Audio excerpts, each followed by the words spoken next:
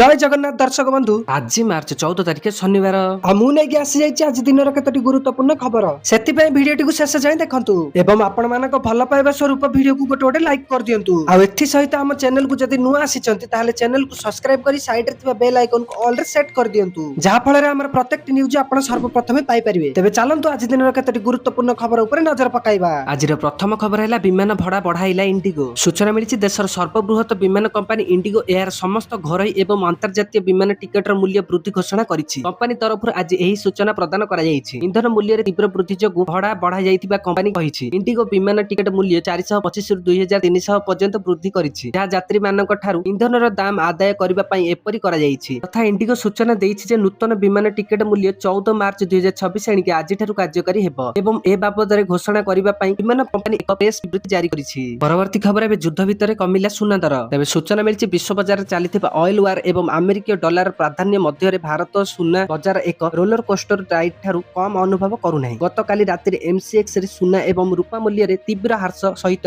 बाजार बंद होईछि तथा अशोधित तैल $100 उपरे कारबार एवं भारतीय टंका यार सबुठारु कठिन पर्याय देई गति करुथिबार समस्तक नजर एबे सुना दर उपरे।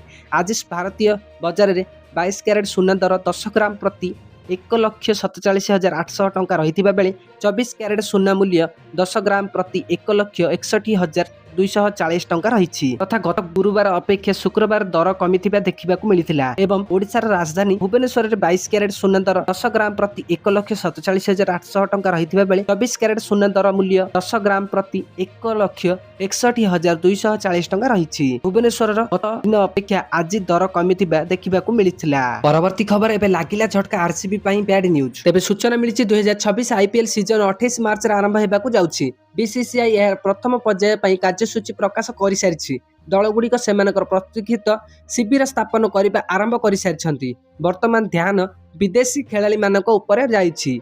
दलगुड़िक सेमानक आगमन को उत्साहर सहित अपेक्षा करिछन्ति, जहा द्वारा सेमाने सेमानक दल रे जोग देई पारिबे एवं यथाशीघ्र प्रस्तुति आरंभ करि पारिबे। एवं एहा मध्यरे आरसीबी संपर्क रे खबर आसीछि, जहा फ्रांचाइज पई अनुकूल बोली कुहा जाई पारिबो नाही। यह अनिश्चित रही एवं एही पर्याय रे संपूर्ण निश्चित भाव में किछि कुहा जाई पारिबो नाही। दलर स्टार फास्ट बोलर दल रे जोग देबाकू उपलब्ध हेबे कि नाही। परवर्ती खबर आसंता 15 राज्यर विभिन्न स्थान रे वर्षा। तेबे सूचना मिली आसंता 15 रु 19 तारिख मध्य राज्यर अधिकांश स्थान रे वर्षा हेबा नै पाणीपाग विज्ञान केन्द्र पूर्वानुमान करिछि। किछि स्थान रे बिजुली घड़घड़ी सह वर्षा संभावना थिबा बेले अल्प किछि स्थान रे कुआपत्थर दृष्टिर संभावना रहिछि। झटका और पवन वेग 40 रु 50 किमी प्रति घंटा रही पारे बोली पूर्वानुमान करा जायछि। एवं आंचलिक पाणीपाग केन्द्र सूचना अनुसार चलित ऋतु रे प्रथम थर पई राज्यर पारद 40 डिग्री अतिक्रम करिछि।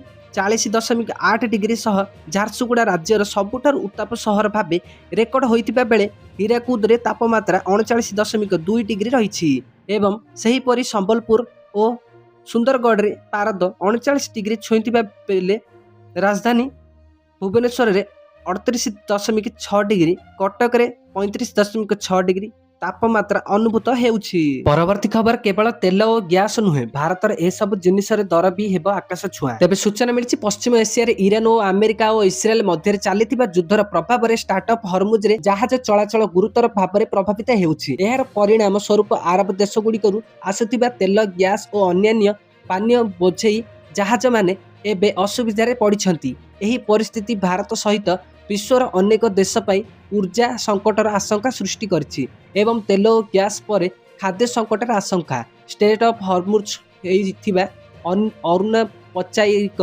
नाकाबंदी कारणरू भारत उर्वरक आपूर्ति शृंखला मध्य प्रभावित हेबार संभावना रहिछि। सीमाबंदी देशगुड़िक यथा यूएई, कतार, साउदी अरब और ओमान रु आसुथिबा उर्वरक माल मसाला मध्य एही समुद्र पथ माध्यम रे भारत को पहुंचे तथा भारत पई बड़ चिंता कौन। ईरान संघर्ष आरंभ हेबा परे देश रे तेल और गैस दर वृद्धि नै बहु आलोचना होईछि, किंतु एहार प्रभाव उर्वरक आपूर्ति उपरे केते पड़ी पारे सेथिरे अधिक चर्चा हेउ नाही। पूर्वरु यूक्रेन युद्ध जोगु भारतर खाद्य सप्लाई किछि मात्रा रे प्रभावित हेउथिला। वर्तमान एही नूतन संघर्ष देश पई आउ एक चैलेंज नै सारिछि।